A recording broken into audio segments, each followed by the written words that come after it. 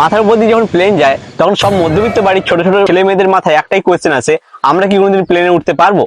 তো সেই কোয়েশ্চেনের অ্যান্সার আমার জানা নেই, কিন্তু আমরা একটা ভিডিও বানাচ্ছি যার মধ্যে আমরা দেখতে চলেছি বিনা প্লেনের টিকিট কেটে আমরা কত কাছাকাছি থেকে প্লেন দেখতে পাই।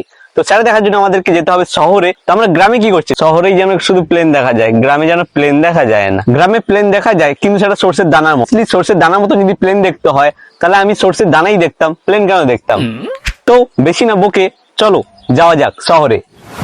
বারবার ইন্ট্রো দিতে ভুলে যাই, কে জানে আমার কি হয়েছে, মানে তো কথা বলছি কেন। সো হ্যালো গাইস, আমি Uttam. So do you recognize it? একটুখানি ঘুরু ঘুরু, সাথে একটু fun. You watching my videos, channel name unique Aryan. তো এই মুহূর্তে আমি ঘর থেকে বেরিয়ে পড়েছি, আর এখন আমি আমার গ্রামের রাস্তায় হাঁটতে হাঁটতে আমি নদীর দিকে যাচ্ছি। নদীর কাছে ওখানে গিয়ে নৌকায় উঠবো। নৌকায় উঠে প্রায় 1 ঘন্টা মতো সময় লাগবে। রাস্তা দিয়ে যাবো না মাঠ দিয়ে যাবো বুঝতে পারছি না। মাঠ দিয়ে গেলে তাড়াতাড়ি হবে, তাই মাঠ দিয়ে যাওয়া শুরু করলাম নদীর দিকে। নদীর কাছে এসে দেখি নৌকাটা এসে গেছে, তো বেশি দেরি না করে চলো যাওয়া যাক।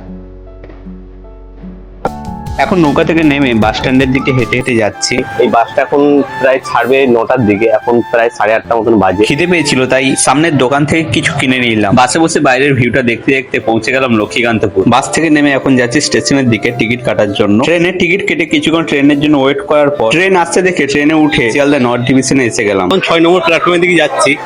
1:32 ট্রেন আছে। 1:32 ট্রেনে উঠে বিধাননগর স্টেশনে এসে এখন যাচ্ছি বিধাননগর মেন রোডের দিকে। এখন বাসে গেলে 10 টাকা লাগে, কিন্তু বাসের মধ্যে ভিড় হবে তাই যাব না, তাই অটো করে চলে যাব।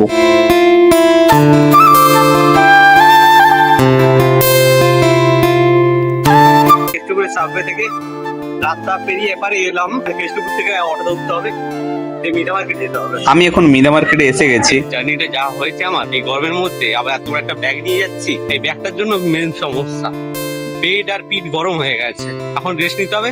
2000 years later. এখন আমি কলকাতার মধ্যে আছি, আর কলকাতার মধ্যে এখানে আকাশে খুবই নিচ থেকে প্লেন যাচ্ছে, কিন্তু আমার মনে হয় যে এই প্লেনের থেকে আমার দূরত্বটা আরো কমানো যায়। তাই ভাবছি যে আমি এয়ারপোর্টের কাছাকাছি যাব।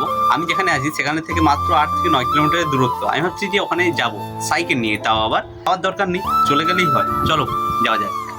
তো আমি বাড়ি থেকে বেরিয়ে গেছি সাইকেল নিয়ে, এখন সাইকেল চালাচ্ছি। ঠিক এখন রাম মন্দিরের যে রাস্তাটা আছে সিলিকন ভ্যালি, এখন সিলিকন ভ্যালি দিয়ে যে রোডটা দমদম এয়ারপোর্টের দিকে যায়, এখন এই রোডটা দিয়ে যাচ্ছি। মানে 8 থেকে 9 কিলোমিটার তো লাগে মনে হয়। আমি বাড়ি থেকে অনেকক্ষণ আগে বেরিয়েছি।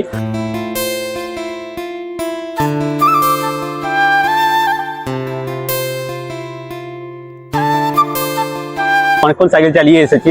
এখন আমার মনে হচ্ছে আমি আর রাস্তাটা চিনি না। এখন মনে হচ্ছে কিছুটা আগে গিয়ে আমাকে দাঁড়াতে হবে, দিয়ে গুগল ম্যাপে দেখতে হবে যে এয়ারপোর্টের রাস্তাটা কোন দিকে যাচ্ছে। গুগল ম্যাপের সাহায্য নিয়ে সাইকেল চালিয়ে চালিয়ে এয়ারপোর্টের কাছাকাছি এসে গেছি। এখন সাইকেলটাকে রাস্তার পাশে রেখে আমি দাঁড়িয়ে আছি এয়ারপোর্টের ঠিক সামনে। পুরো এয়ারপোর্টের কাছাকাছি চলে এসেছি। এখানে সামনে আমার এয়ারপোর্টের এখানে পাঁচিল। এয়ারপোর্টটা চারি সাইডে বড় উঁচু পাঁচিল দিয়ে ঘেরা। তো এয়ারপোর্ট পাঁচিল তো পেরিয়ে ওপারে যেতে পারবো না, তো এপার থেকে যতটা দেখা যায় তো সেটাই দেখবো আমরা।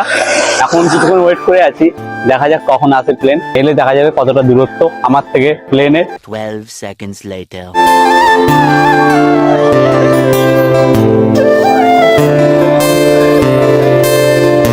এখান থেকে অনেকগুলো প্লেন টেক অফ করতে দেখলাম যে অনেকটাই কাছাকাছি থেকে। এতটা কাছে আসতে পেরেছি এটাই আমার কাছে যথেষ্ট। এর থেকে কাছাকাছি যেতে গেলে টিকিট কাটতে হবে, আর টিকিট কাটার জন্য নেই আমার কাছে টাকা। এটাই হচ্ছে সেই পার্থক্য প্লেনে বসে যাওয়ার মধ্যে আর নিচ থেকে দাঁড়িয়ে প্লেন দেখার মধ্যে। হ্যাঁ আমি জানি এখন তোমরা কি ভাবছো, দেখ কেমন গরিব মানুষদের মতন কথা বলছে। হ্যাঁ আমি গরিব, আমি জানি আমার ভিডিও দিতে দেরি হচ্ছে, আর চেষ্টা করছি একটু তাড়াতাড়ি ভিডিও দেওয়ার। তোমরা যদি একটু সাপোর্ট করো তাহলে আর একটু তাড়াতাড়ি ভিডিও আসতে পারে। একটু লাইক কমেন্টটা একটু বেশি করে শেয়ারটা করে দিও, তাড়াতাড়ি ভিডিও আসবে, কথা দিলাম। তো ভিডিওটা কেমন হয়েছে অবশ্যই একটা লাইক করে আর একটা কমেন্ট করে জানিও। তুমি যদি চ্যানেলে নতুন হয়ে থাকো অবশ্যই চ্যানেলটাকে সাবস্ক্রাইব করে পাশে থাকা বেল আইকনে ক্লিক করে অলে সেট করে দিও, আর প্রচুর প্রচুর শেয়ার করো। এইরকম ভিডিও দেখতে চাইলে বা লাইফস্টাইল ব্লগ বা ফুড ব্লগ টাইপের, তাহলে অবশ্যই কমেন্ট করে জানিও।